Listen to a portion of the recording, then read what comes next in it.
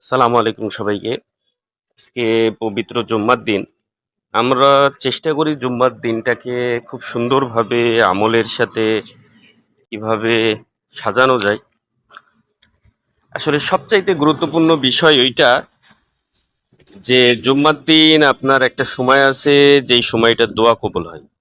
এটা বলা হয়েছে যে যখন ইমাম সাহেব খুতবা দেয় ওই সময়, নইলে মাগরিবের আগে যে সময়টা আছে ২-১০ মিনিট আগে ওই সময় দোয়া কবুল হয়। তো আসলে জুম্মার দিনটাকে যদি আমরা একটু গুরুত্ব দিই, দেখা যাবে যে আমরা অনেক দূর আখিরাতের লাইনে এগিয়ে যেতে পারবো।